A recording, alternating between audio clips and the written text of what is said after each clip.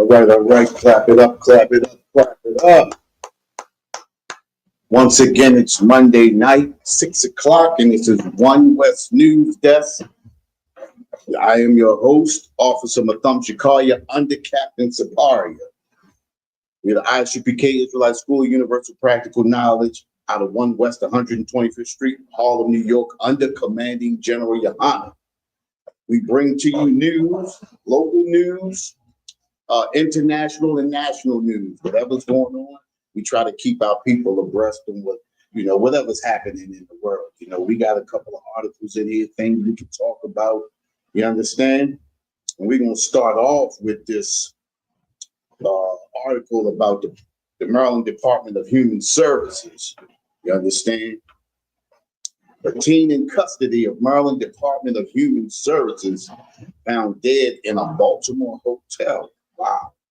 In custody of the Department of Human Services.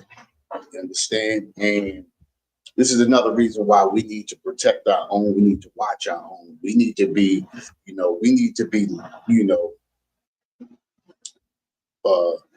diligent about watching our own people. You understand? We know we can't get the oppressor to watch our children be destroyed as a people because we have the oppressor over us. You understand? And having the oppressor over you, it could never be good. Things could never go right. You understand?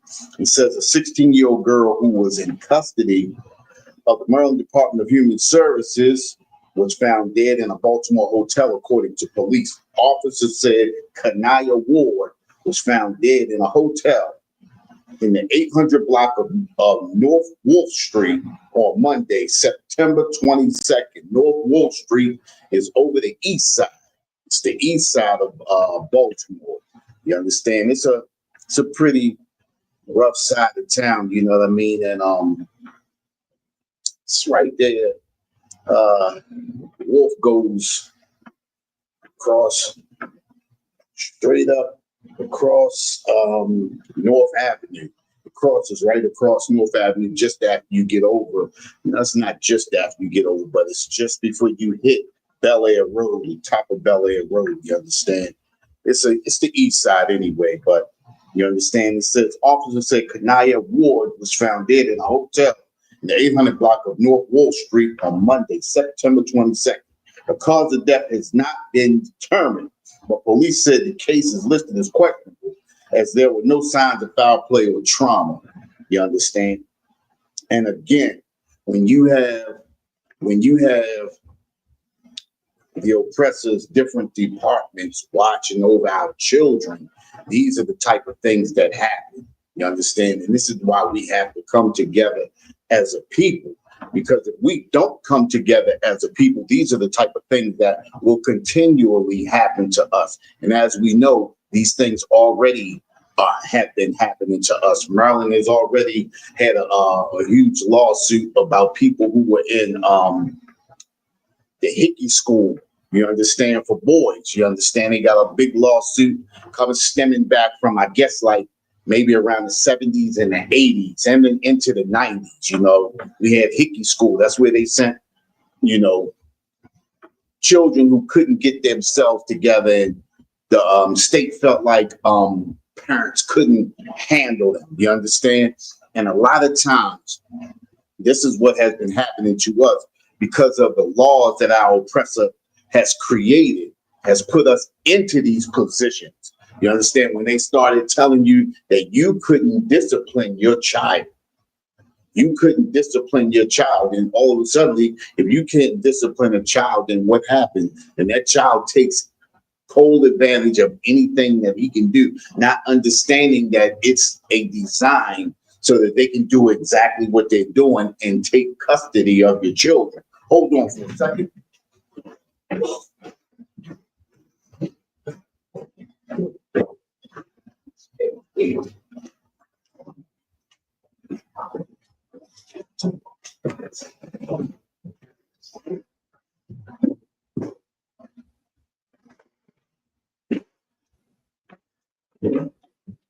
All right, there we go. You understand? This is what happens. Our children don't understand that a lot of these laws that they have created to make a child seem like they have more privilege are really created so that they can take control of your children. Your child gets out of control, then the state takes over and takes custody of your child. It's called emancipating children. This is what they call emancipating, and a child can be emancipated. That means that your child will be taken from being custody or property of you, and then they become custody or property of the state.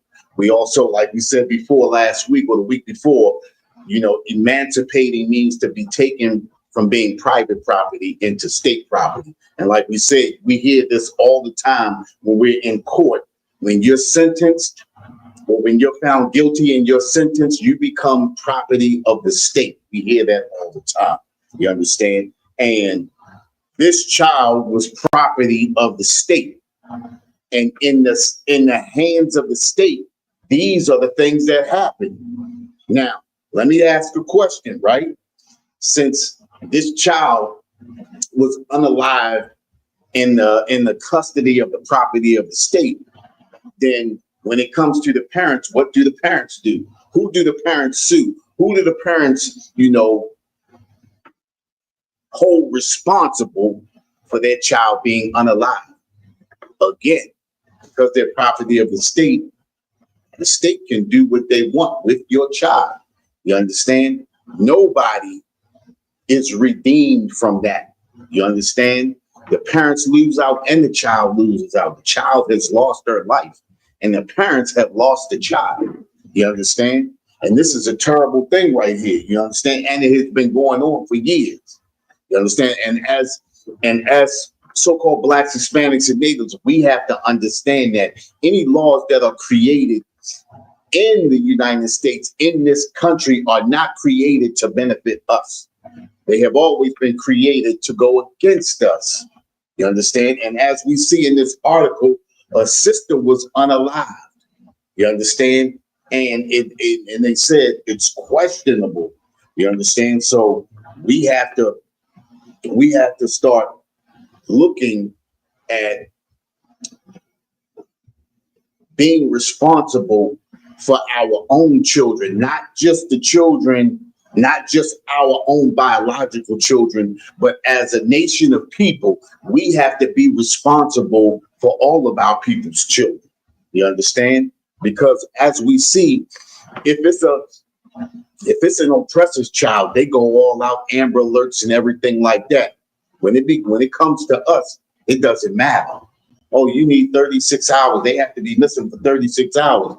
An oppressor's child can be missing for 15 minutes and they throw out Amber Alerts and everything else. Well, we have to be those Amber Alerts. We have to be those visual eyes that look and be responsible for our people, including, like I said, including our children. Let's see this right here. It says DHS said it is investigating Ward's death and said it would hold its contractors accountable if it finds that their standards for care were not met. Listen, the standards for care could not have been met if a child was found alone, unalive, in a hotel room. Can't be. They should be held accountable. You understand? And we really, as a people, it shouldn't even come to this. Shouldn't even come to this. Like I said, we should be responsible for our own children. You know, we should be watching our children. You understand? The well-being of Maryland's children is a top priority, and we will not rest until every child is in our state is safe, thriving, and permanent home, and surrounded by loving family. The agency said in a statement, well, if this be true, you need to change your laws and allow people to properly discipline their children so that these type of things cannot happen. And I'm not saying that it's our fault, but a lot of times we give too much leeway to our children, and then our children get out of hand to the point where we can't control them. And next thing you know, they're in the custody of DHS. And next thing you know, they're unalive, like this young sister right here. You understand?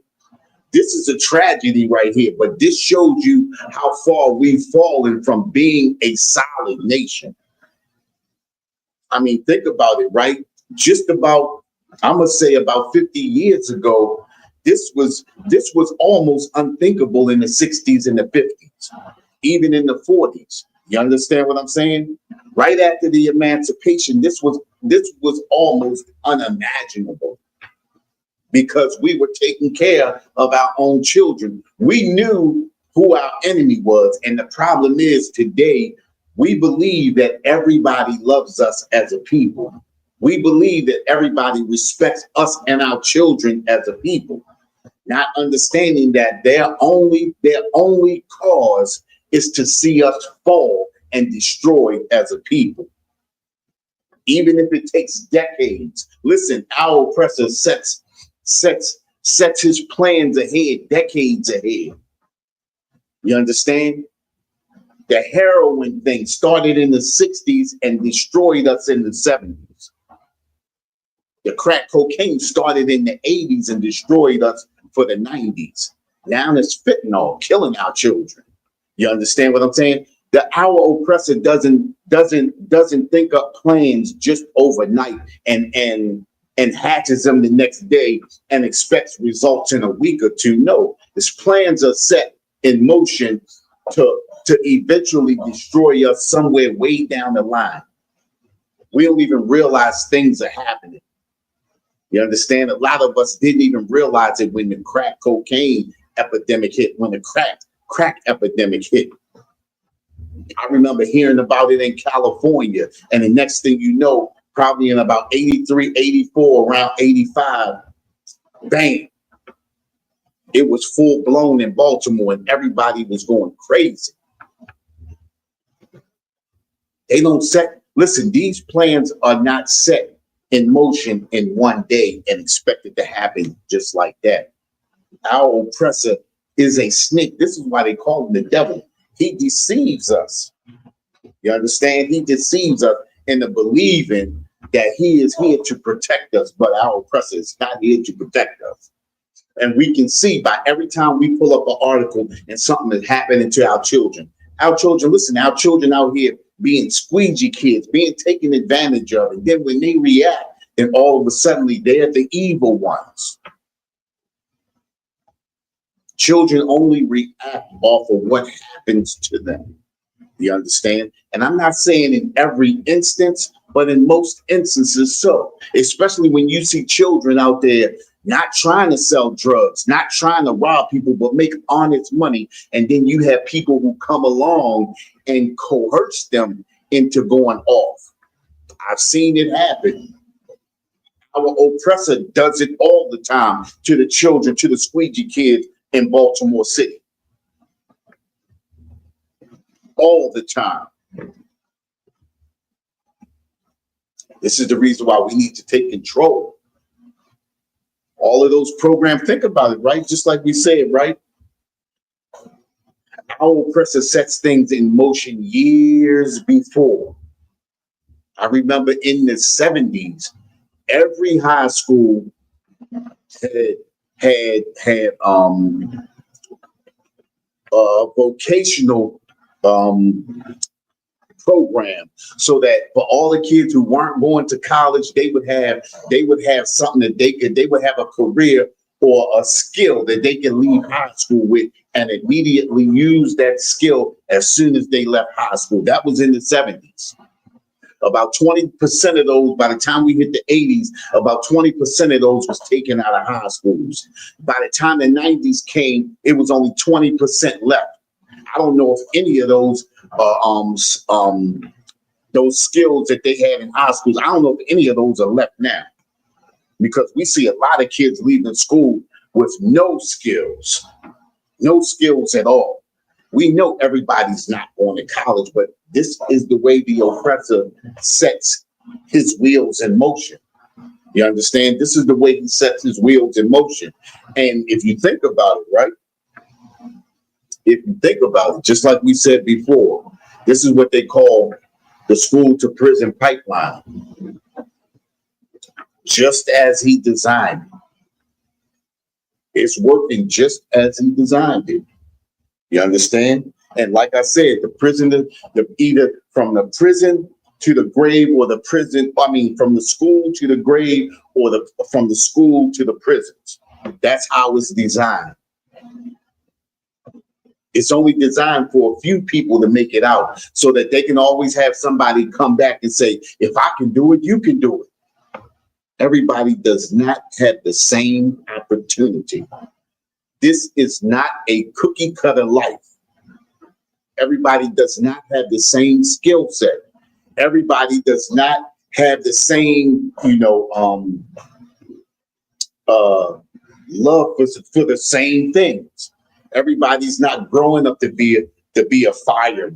Everybody's not growing up to be a teacher. Everybody has their own skill set. And that's what we miss as a people.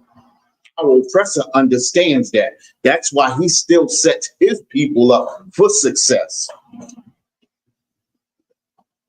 When you see them not succeeding, it's because they choose not to succeed.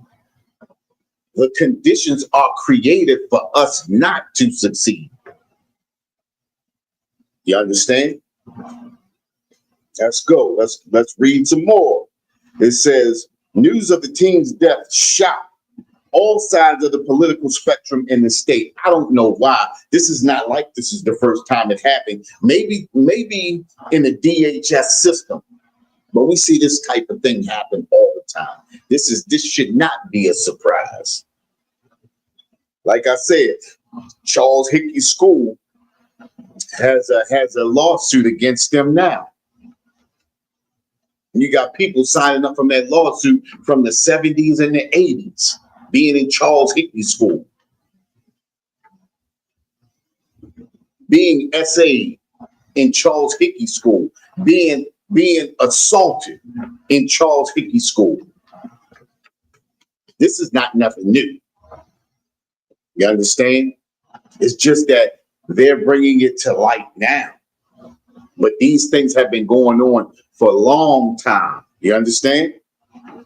It says, Maryland House Minority Leader Jason Buckle said the incident is a tragic and salacious. The incident is as tragic as it is outrageous. I don't know why things become outrageous when it comes to our oppressor. It shouldn't be outrageous. Our oppressor is capable of anything. You see how the country is being run right now. This is outrageous. That's outrageous. You understand? Had this occurred a week ago, it would seem like a terrible but isolated incident. Coming on the heels of the DHS audit last week, we know this is not the case. Buckle said in a statement, this appears to be another horrific example of the failure of the department to keep children safe, this time with fatal consequences. Hey, listen, we've seen incidences where, children have starved to death, being placed in different places by DHS, being placed in the hands of oppressors. You understand? This is not an isolated incident. This is something that's always been with DHS. You understand? This is not anything new. They want to make you think that it's new. This is not an isolated incident. This is the type of things that happen when we allow our oppressor to rule over us. These are just the things that happen. Ward's death comes after that audit found that the Maryland Social Service Administration and DHS failed to protect some children in its care from sex offenders and provide basic medical needs to thousands of minors. I told this is not an isolated incident. This is not an isolated incident. This is something that happens all the time. This is the reason why we need to take care of our own. We see all around the city, we see the condition that they put us in our neighborhoods.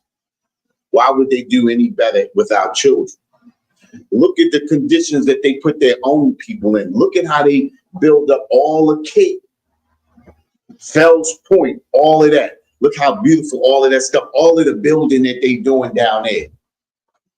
All of the stuff that they're doing all around the city for their people, but where we live at, the conditions remain the same. They come in, they say, if you vote for me, we'll do this and we're going to get this stuff straight, and things remain the same. This is the reason why Commander General Your Honor tells us we should not vote. This is what the Bible tells us, that we shouldn't vote. But when you vote, this is what you get. This is what you get. When we stand up and wait for someone to take care of us and not stand up and take care of our own communities, let people come in and destroy our communities. These are the things that happen. You understand? Now we got a young sister unalived at 16. Senator Clarence Lamb, a Democrat who represents Howard and Anne Arundel counties, previously chaired the audit committee and called the entire incident heartbreaking. It is still early to know the details of what happened here, said Lamb. I think this is a real tragic case. Of course, it's a tragic case. And they want to make you think that, oh, we feel you, and all that. And these same things continually happen. What do you expect? Things are going to continue to happen as long as we let these people rule over us. You know what? I'm going to drop that article because I'm sick of that article. Because these type of things happen to us every day. Every day. All right, let's see. Let me get this next article.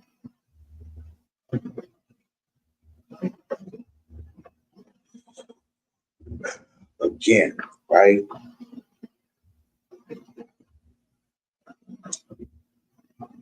South Carolina teen killed after shoplifting allegations. Remembered as intelligent and humorous. This is crazy right here.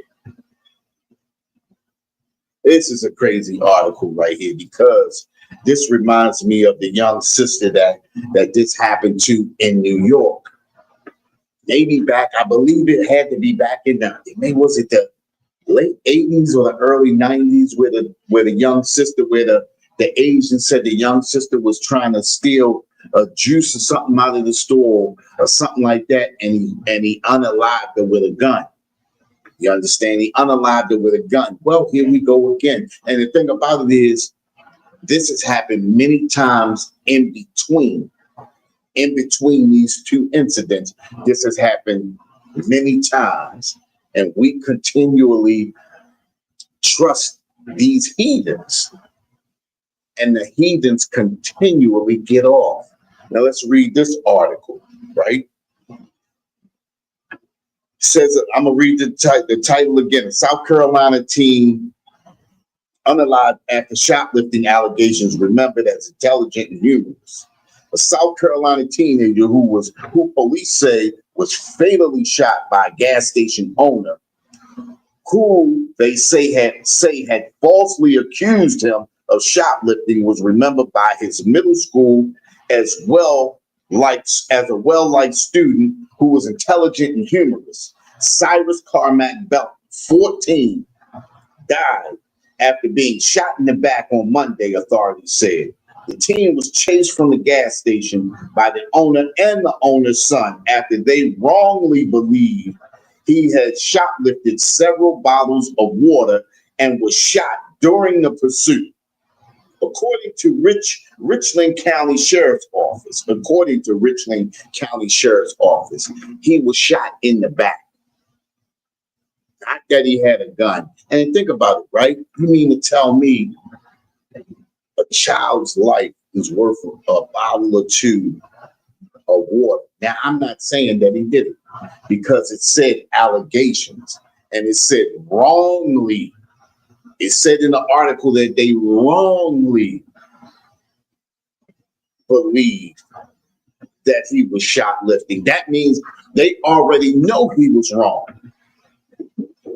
Already know he was wrong.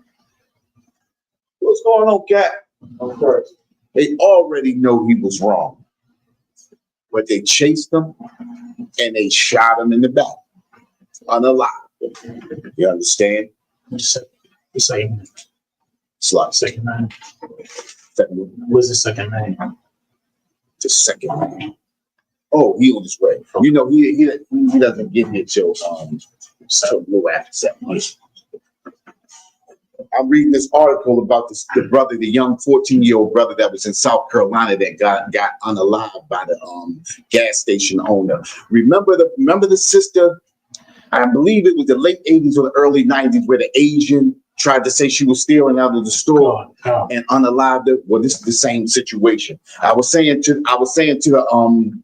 the viewers that this has happened many times in between. But here we go again, and these heathens always get off every time they unalive a child in the back.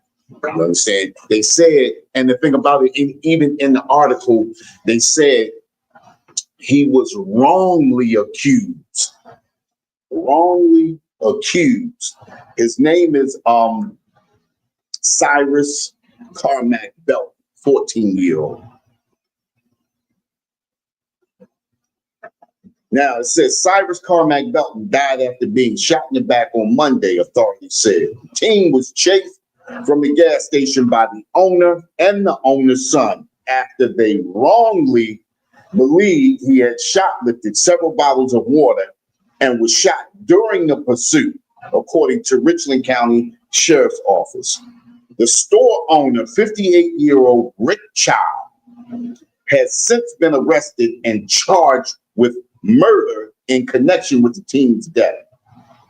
Cyrus was a student at Summit Parkway Middle School in Columbia, South Carolina, where he was in its STEM magnet program. This was a smart brother. This wasn't just a, and I don't want to put it like that, but this was a brother who had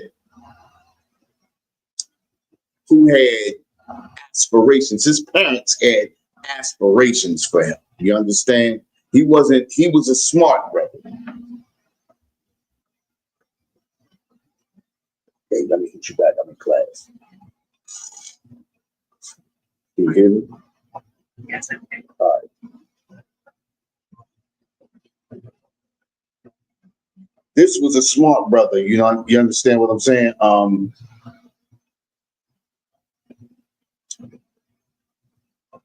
He said he was intelligent, humorous, with quick wit, and well-liked in his classmates. The school said in a statement on Facebook Thursday, "We remembered his infectious smile and tenacity."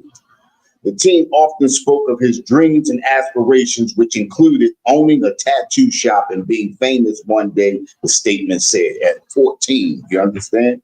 The school said it was blessed to have Cyrus as a student and that he will be remembered forever in our hearts. Richland County Sheriff Leon Lott told reporters during the press conference Monday that the teenager did not shoplift from the Shell gas station, despite child belief that he did. And this is the problem right here. You understand? How do these heathens keep coming over coming over, getting these places like this, you understand, being placed in our neighborhoods, because if you notice, they are not placed in oppressors' neighborhood. Oppressors run their own shops. They run their own gas stations. You understand? They run all of their stuff in their neighborhood, but they place these heathens in our neighborhoods just for things like this to happen. It says law enforcement said there was a verbal confrontation inside the store before Cyrus left and took off running. Think about this, right? They say a verbal confrontation. And I hate when they use that word like that, verbal confrontation, because it makes it seem like that the kid was probably a little aggressive. You understand what I'm saying? And the words that they use in these articles, especially when they use them on the news, makes you believe that maybe he might have been a little aggressive and maybe the people might have feared for their lives. You understand what I'm saying? And I hate when that happens. Verbiage is everything. You understand? The words that they use when they speak about us is everything. All right, it says, Lot said that at some point during the chase, Child's son reportedly said the teen had a gun.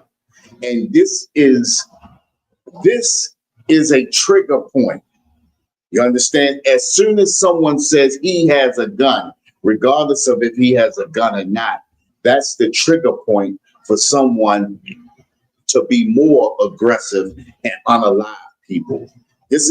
Every time we hear something like this, every time something like this happens, we always hear someone says he has a gun, or I thought he had a gun.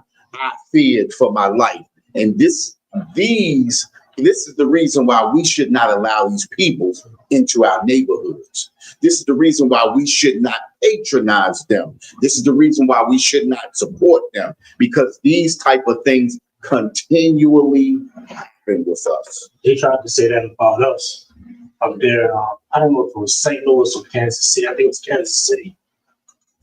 The Kansas City 4. Yes. The Kansas City 4, them purple homosexuals said what? He had a gun. And you already know we don't do that anymore. Exactly. So that was a lot. Exactly. And you know what I mean? And he wanted the result to be us getting unalive.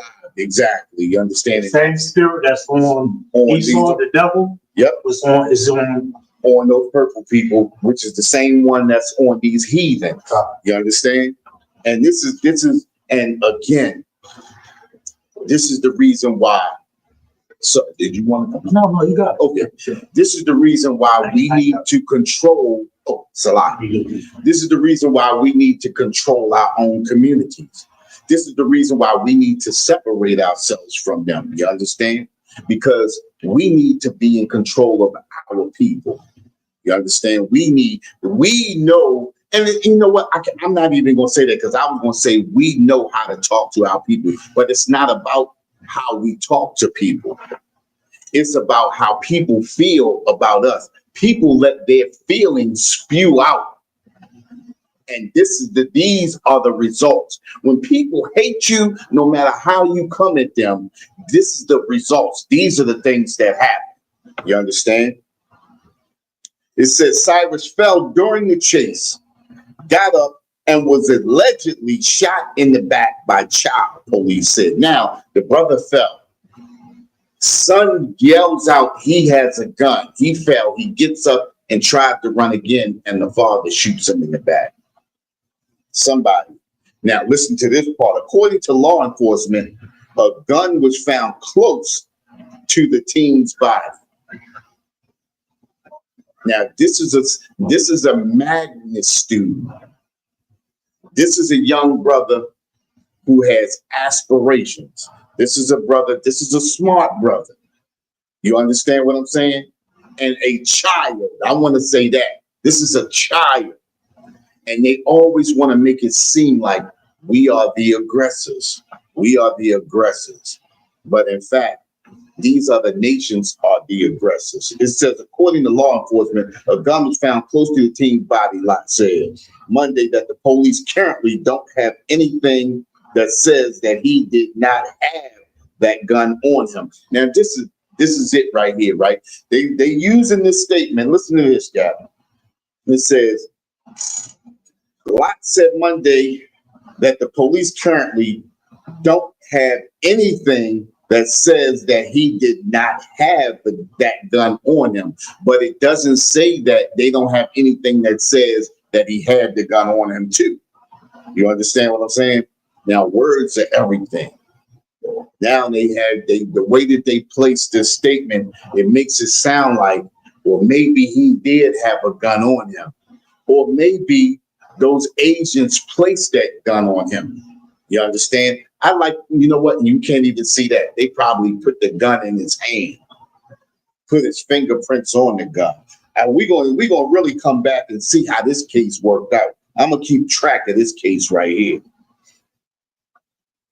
It says, when asked if Cyrus was in possession of a gun during the incident, of course, Richland County Coroner Nadia Rutherford told reporters at Monday's press conference that Cyrus died from a single gunshot wound to his right lower back that caused significant damage to his heart and hemorrhaging.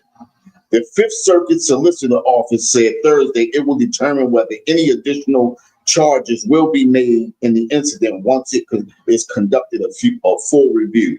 Child has had 2 prior confrontations with alleged shoplifters that resulted in him firing his weapon. See, and this is the crazy thing right here, right? This agent already has priors. He already wants to shoot somebody. Already. And now he's gotten his wish. But I pray the Most High destroys him and his family. Child has had 2 prior confrontations with alleged shoplifters that resulted in him firing a weapon in 2015 and in 2018. But his conduct in those incidents did not meet the requirements under South Carolina law to support criminal charges. That's probably because he missed. He shot and missed. Richland County Sheriff Department spokesperson Veronica Hill confirmed in a statement to ABC News. Child's attorney declined to comment to ABC News in the wake of the murder charge. According to a sheriff office incident report obtained by ABC News, the shooting was not a bias-motivated incident. Why was it not? Why was it not a bias-motivated incident? This always, I never see Asians shooting at Asians when it comes down to being here in America. You never hear that. You never see the Ethiopians shooting at Ethiopians. It's either them shooting at us, period. That's it. It's always them shooting at us. And when it comes to children, this is why we have to have our own communities. It's the reason why we have to have our own stores. We have to have our own safe places for our children. If not, this will continually happen. And then they'll continually question whether this child was aggressive. Did he have a gun? Did he do something to provoke? These are the questions. When you have a child that is not here to say what happened, these are the things that happen. We have to keep up with this right here, because I want to find out what happens to this heathen right here. So an attorney for Cyrus family contends the team, who was black, was racially profiled, which we always know. What happened to Cyrus wasn't an incident. It's something that the black community has experienced for generations. Being racially profiled, then shot down in the streets like a dog. The attorney, Todd Rutherford, told ABC News in a statement on Wednesday. One beacon of hope is seeing the resilience of the black community as they wrap their arms around this family that has joined. And this is the problem right here. We always want to say we resilient, we're going to wrap our arms around this family. Let's make sure that this Asian gets prosecuted to the full extent. Let's make sure that they get put up out of that community. Let's make sure that we don't promote or sponsor that gas station at all. You can't continually give them your money after they unalive your people. You understand? This is why we destroyed as a people, you know? But drop that article. I'm going to go on to my next article. And this is a doozy right here. This is a doozy right here, Cap. This is crazy right here. This is a crazy article right here. And listen, this is what we always ask for. And now that we asking for it, now we got brothers and sisters complaining. Listen to this. Inside the whites only community in Arkansas. A whites only community in Arkansas.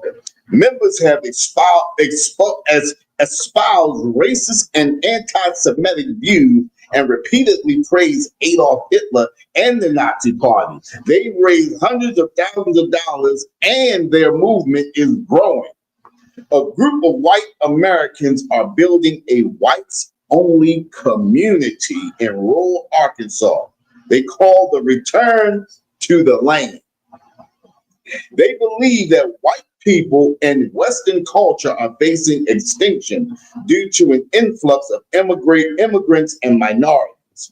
And according to the group's founder, access to the community is open only to people of white European ancestry who share common views on topics such as segregation, abortion, and gender identity. Listen,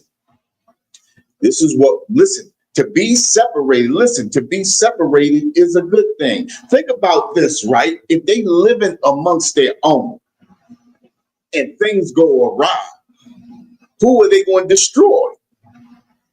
But their own. Left to their own vices, this is what our oppressor does to themselves. They'll destroy each other. We'll thrive. Think about this. Right after the emancipation, all of those black cities and towns that started being built all around America. You understand? We were thriving when they started going through their Great Depression. When they started jumping off of buildings and unaliving themselves, we were thriving. This is nothing but that happening again. Listen. We make America go.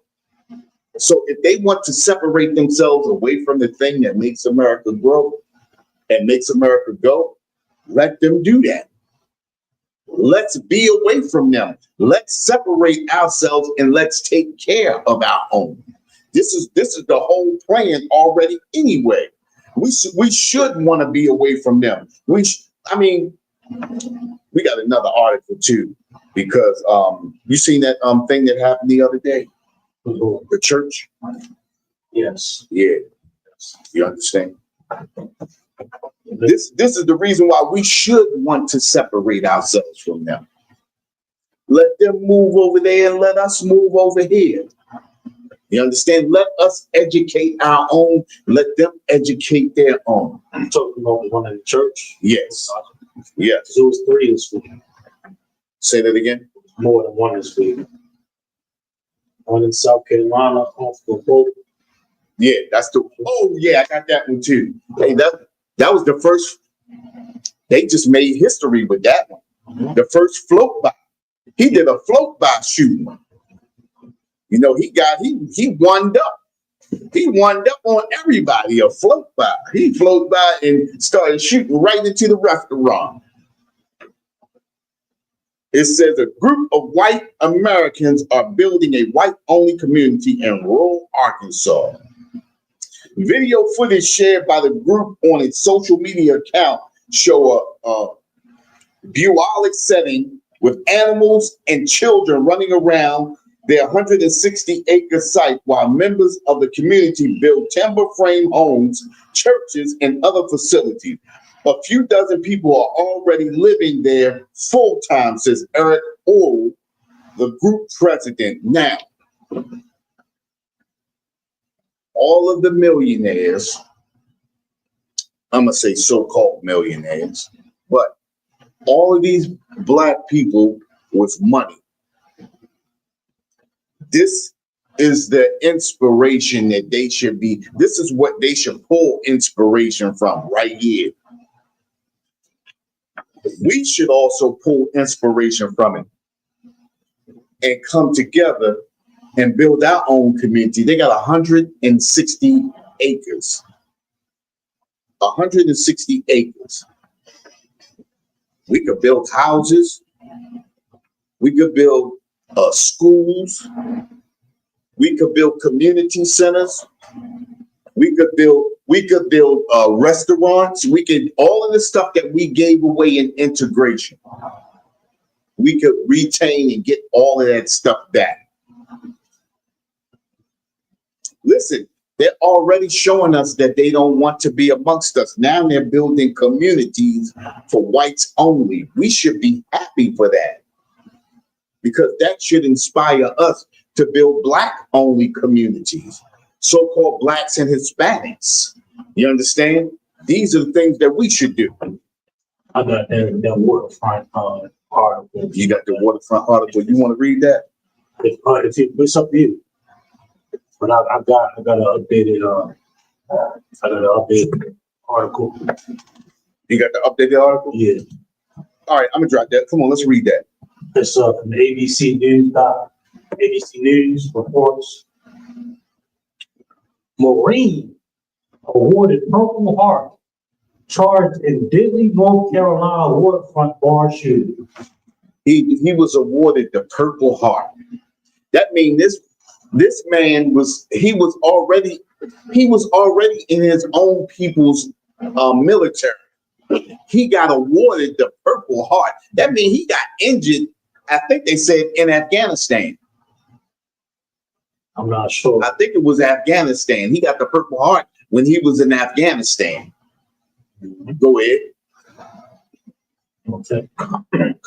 Prosecutors are weighing the death penalty for a Marine veteran they allege was the rifle-wielding lone wolf who opened fire from a boat on a waterfront bar in Southport, North Carolina over the weekend, killing 3 people and wounding 8 others in what police described as a highly premeditated attack.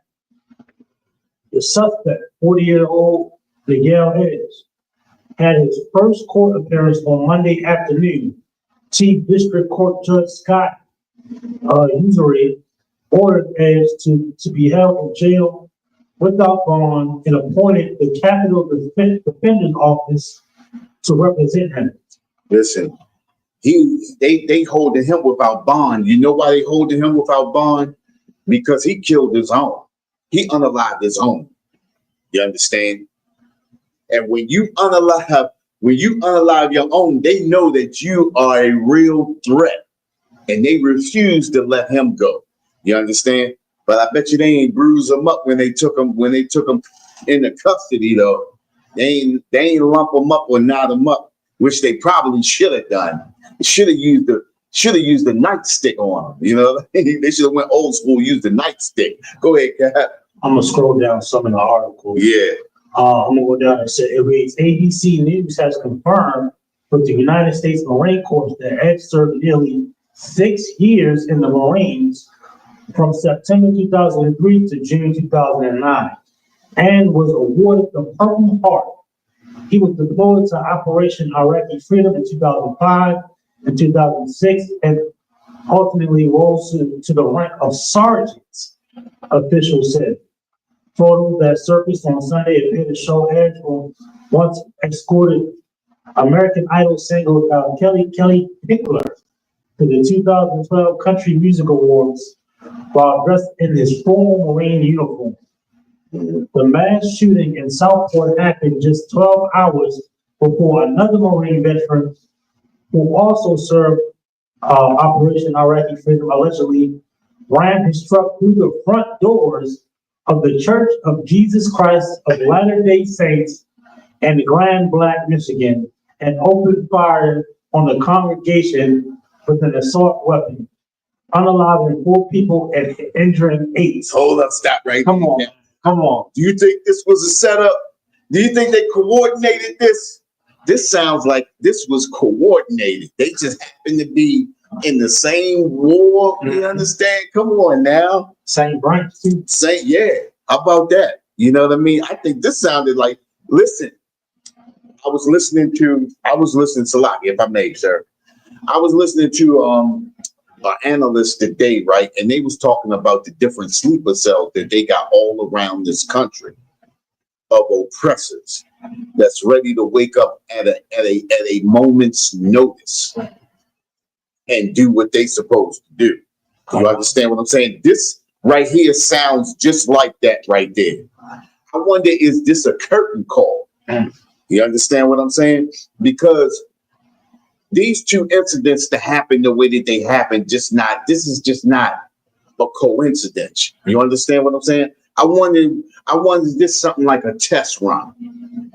You understand what I'm saying? And this is the reason why we have to be diligent about the people that we are about and that we are around, especially when we are at work. You understand? And my eyes is always on certain people at my job. I got one of those, you ever watch, what's the one with Hank on it? The cartoon with Hank. The King of the Hill. King of the Hill. You know, Dale, the one with the guns and all that type of stuff. We got one of them at work. We got one of them at work. You know what I mean? Coming with his army fatigues and everything on, and his hats and his glasses and all of that type of stuff. Profile on Dales. Listen, I profiled. You know, I done profiled them. Right. You understand? And I done profiled a couple of them there. You know what I mean? And I always watch where they at and watch what they doing. You understand? Because at a moment's notice, just like they did right here, the same thing could happen. Right. Just like, think about this. You can reprimand them. You don't even have to fire them. You can reprimand them and they go off just like that. Right. You understand what I'm saying? They go off and start unaliving everybody because they got written up, not fired, but just written up. Right. And this is the reason why we got to be diligent about the people that we work around and who's around us. You understand what I'm saying? And this is another reason why it's good for us to be amongst our own. You understand? Because left to their own vices, left amongst their own, they'll unalive each other. You understand? And we need to be away from them. You understand? And you got more on that? I can go down. I can scroll down some of the articles. We only got, you know what, Cat? Come. It's about 7 right now. Come. Let's switch. So I wanted to say, you know, the former Black Panther, Assata Shakur, you know, she passed away, right? Yeah, she passed away in Cuba. Almost 50 years in exile. But they said she lived free over there in Cuba. You understand? And Fidel Castro made sure she was taken care of over there. You understand what I'm saying? And we hear a lot of things about certain people from other countries, but we also hear these things from our oppressor. We know that our oppressor is the terrorist of the earth, and he should always be watched. So we need to be diligent when we're around the oppressor and when we're around these people from these other nations, because we always see what happens. With that, with the Israelite School, Universal Practical Knowledge, under Commanding General Yohana, this is the One West News Desk under Captain Arya, and I'm Officer Matham Shikari. And with that, Shalom, Israel.